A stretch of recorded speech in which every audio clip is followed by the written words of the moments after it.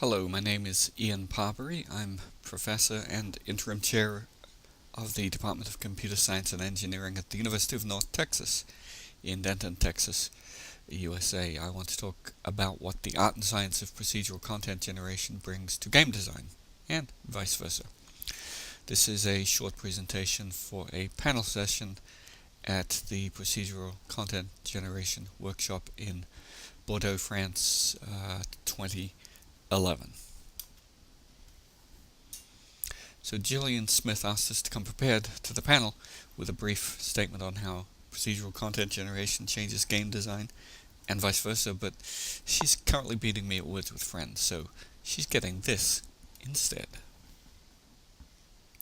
This talk is divided into three parts. The first part is with a game design. The second part is a paradigmatic analysis of the syntagmatic structure and rhetorical tropes in academic game development.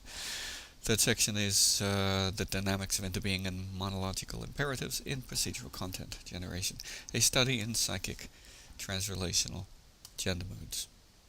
Well, no it's not. Here's what my talk is really about. Why should you listen to me? Secondly, aren't we all just being lazy, playing games at work? And thirdly, if we are doing work, are we taking work away from game designers?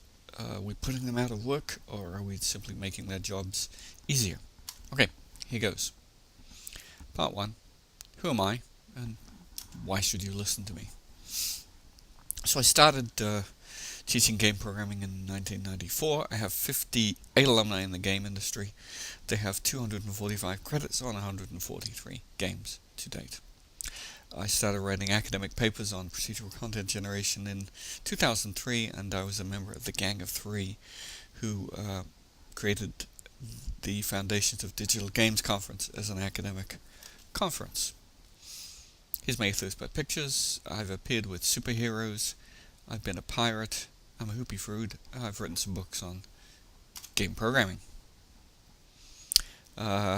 Distinguished alumnus Jason West, who I'm sure you've heard of, formerly of Infinity Ward, now is at EA, was my 6th alumnus. He co-founded the Call of Duty franchise, which, as you recall, is a large franchise.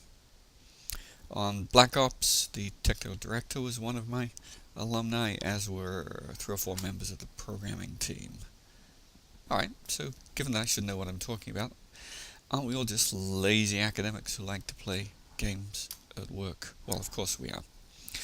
But game research does overlap traditional CS research, but there are things that make it unique. We don't aim to simulate reality, only to emulate it. By that I mean game players are busy, so content has to be just good enough to trigger willing suspension of disbelief. Keeping in mind the first law of computer graphics, which is, if it looks right, it is right.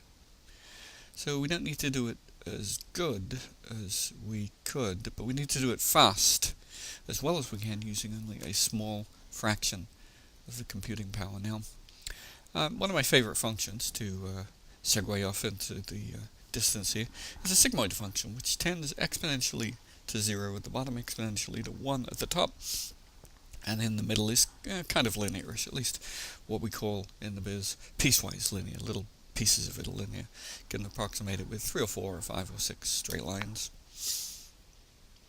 I think this is a runtime versus quality curve that at the top we can work really hard and use 100% of all the processing power. At the bottom we use almost none of it. In the middle, quality takes a sharp increase once we figure out what we're doing. Game industry plays down there, using very little runtime, getting minimal quality. The computer science community plays excuse me, up there, using all the resources of the computer that they can, and getting really good quality. I believe academic game research is down here, using less than half of the CPU and GPU, hopefully in that bottom rectangle there, but getting a large increase in quality. So researching game development, when I started out, although there were interesting problems, there weren't places to publish them. Now we have conferences and journals. We even have tenure-track faculty lines to place our graduate students in. Alright, so we can do this research. So in procedural content generation, are we taking the work out of game design or putting game designers out of work? Will everything be automated? You know, creation of content, designer and artist heavy. It includes things like textures, levels, quest maps, terrain, object placement, economics, etc., etc. It's time consuming and tedious, with a large part of it being not particularly creative, and development teams have grown as a result. Here are some signatures of some of the dev teams my alumni have been on. Alright, so procedural content generation aims to automatically generate game content. We should aim to decrease the amount of grinding that designers and artists have to do, the amount of scut work, and increase avenues for creativity. We'd like procedural content generation to be fast, controllable, and varied. But what does that mean? Fast means using a fraction of the computational resources available. Controllable means parameters that can be set in an intuitive way by designers and artists who are, of course, not computer scientists, not mathematicians. And we need it to be varied. Random, but not just noise. Structured, but not so structured that it looks fake. And above all, novel and interesting.